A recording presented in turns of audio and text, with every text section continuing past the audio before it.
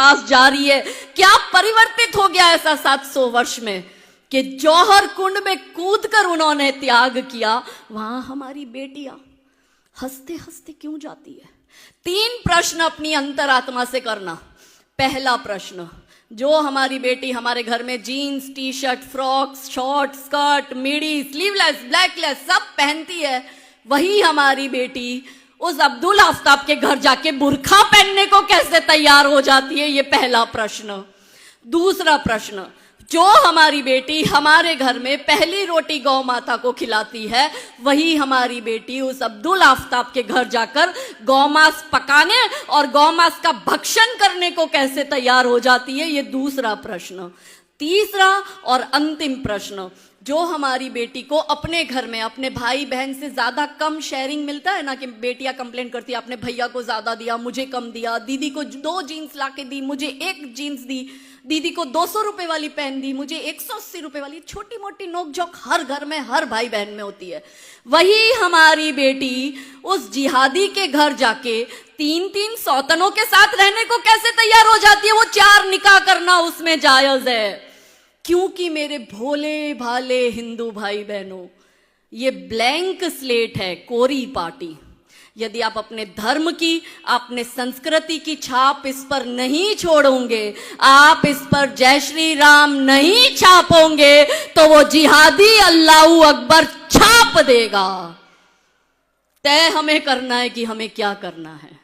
हमें हमारे बच्चों को किस और ले जाना है वो हमें तय करना पड़ेगा। हमें कौन से भारत का निर्माण करना है ये हमें तय करना पड़ेगा। ज्यादा समय नहीं है, 10 वर्ष। हम तो फिर भी हमारे बड़ों का श्राद्ध मना रहे हैं, शायद हमारे बच्चे भी हमारा श्राद्ध करें, लेकिन हमारे नाती पोते जो होंगे वो मुसलमान ही पैदा होंगे और वो कोई हमारा श्राद्ध राद मनाने वाले नहीं। वो हमें गालियां देंगे कि तुम ऐसा देश हमारे लिए छोड़ कर गए। है कोई हिंदुओं का देश? पैसे वालों को बहुत घमंड है, हम अमेरिका भेज रहे हैं, हम कनाडा भेज रहे हैं, हम ऑस्ट्रेलिया भेज रहे हैं। अरे आप 100 करोड़ हो, आप अपने देश में सुरक्षित नहीं हो, तो ये 30 करोड़ और 10 करोड़ और 5 करोड़ के देश में आप सुरक्षित हो क्या? कहने के लिए हमें भारत मिला, पास में बांग्लादेश में भी क्या हो रहा है वो लाइव चल रहा है। केरला स्टोरी आप लोगों ने देख ली, कश्मीर फाइल आप लोगों ने देख ली, लाइव अभी चल रहा है बांग्लादेश स्टोरी। और अपने ही देश में हमारे हिंदू शरणार्थियों को शरण लेनी पड़ी। कौन से देश में? किसी इस्लामिक देश में किसी मुस्लिम को शरण लेते हुए देखा? किसी ईसाई देश में किसी ईसाई को शरण लेते हुए देखा? इस भारत देश में हिंदू आज भी शरणार्थी बने घूम रहा है। तो ये चिंता का विषय है। हमारे पास कहने को अपना एक देश भी नहीं, और ये जो महान मातृभूमि हमें मिली है, यदि हम इस देश की भी रक्षा नहीं करते हैं तो आने वाला भविष्य खतरनाक है।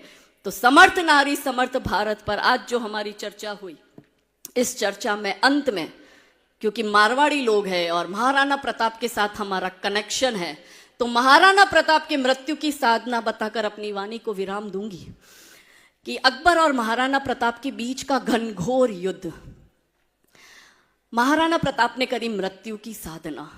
अकबर के साथ वो भी लोग थे जिनको अकबर के साथ रहना चाहिए था, और अकबर के साथ वो भी लोग थे जिनको महाराणा प्रताप के साथ रहना चाहिए था। इसमें 4 प्रकार के लोग आए।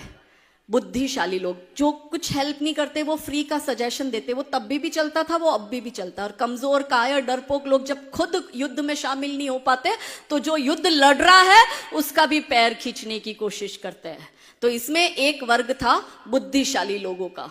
वो गया महाराणा प्रताप के पास में और उसने कहा कि आप उसकी सेना देखो कितनी बड़ी, आप अपनी सेना देखो कितनी छोटी, आप ये युद्ध लड़ भी नहीं सकते, आप ये युद्ध जीत भी नहीं सकते। तो बुद्धि कहती थी टक्कर असंभव है। फिर गणितज्ञ लोग गए, वो लोग होते ना जो हर बात में कैलकुलेशन करते हैं, वो जाके सारा ले आया, इतने हाथी, इतने घोड़े, इतनी सेना, आप ये उसका देखो, आपका देखो, आप ये युद्ध लड़ नहीं सकते। तो गणित ने कहा कि विजय असंभव है। बुद्धि कहती थी टक्कर असंभव है, गणित कहता था विजय असंभव है। फिर तीसरी कैटेगरी थी समझदार लोगों की। तो उन्होंने कहा आप ये युद्ध किसी भी हाल में नहीं जीत सकते, इससे अच्छा है आप झुक जाओ, आप अकबर का आधिपत्य स्वीकार कर लो और अपना मेवाड़ अकबर को दे दो। और चौथा था उसके रिश्तेदार, उनको पता था ना तो ये झुकेंगे, ना ये कन्वर्ट होंगे, ना अपना ये राजपाट देंगे, ये तो हर हाल में युद्ध करेंगे मगर जीतने वाले नहीं है क्योंकि उसकी संख्या ज्यादा है। तो एक काम करो, रिश्तेदारों ने कहा भाग जाओ। तो बुद्धि कहती थी टक्कर असंभव है, गणित कहता था विजय असंभव है, समझदार ने कहा झुक जाओ और रिश्तेदारों ने कहा भाग जाओ। मगर महाराणा प्रताप ने किसी की भी बात नहीं मानी और महाराणा प्रताप ने करी मृत्यु की साधना। और उन्होंने कहा, ये महाराणा प्रताप के शब्द है कि जब मनुष्य का सम्मान के साथ जीना असंभव हो जाए तो मनुष्य को सम्मान के साथ मर जाना चाहिए।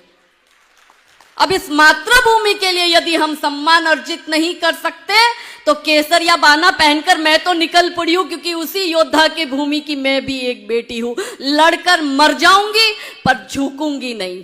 और इसलिए महाराणा प्रताप ने कहा, भविष्य के द्वार खोल दिए कि भाई कुत्तों की तरह दुम मत हिलाना, इस मातृभूमि के लिए और धर्म के लिए लड़कर मर जाना, मगर आधीनता स्वीकार मत करना। ये महाराणा प्रताप की मृत्यु की साधना।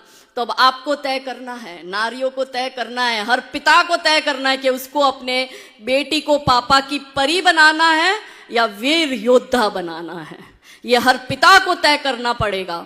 तो थे चले इतिहास लिखने, थे चले इतिहास लिखने, मृत्यु से घबरा रहे हो, चाहता बलिदान है रण और तुम घर को आ गए हो। ये अहिंसा मात्र भ्रम है, ये अहिंसा मात्र भ्रम है, शत्रुओं का जाल है ये, मान लो तुम बात मेरी, हिंदुओं का काल है ये। यदि अहिंसा पूज्य होती श्री कृष्ण क्यों गीता सुनाते और शांति हेतु युद्ध निश्चित भेद क्यों हमको बताते। कायरों की भांति तुम क्यों युद्ध से कतरा रहे हो, चाहता बलिदान है रण और तुम घर को आ गए हो। सो रहे हैं जो अभी तक दर्प सारे जाग जाए, सो रहे हैं जो अभी तक दर्प सारे जाग जाए, अब उठो उद्घोष करो कि सर्प सारे भाग जाए। ये समय संग्राम का है, तुम स्वयं से टकरा रहे हो, चाहता बलिदान है रण और तुम घर को आ गए हो। भेद सारे भूल कर और वर्ण सारे भूल कर, भेद सारे भूल कर सोचो कि हम अतिरेक है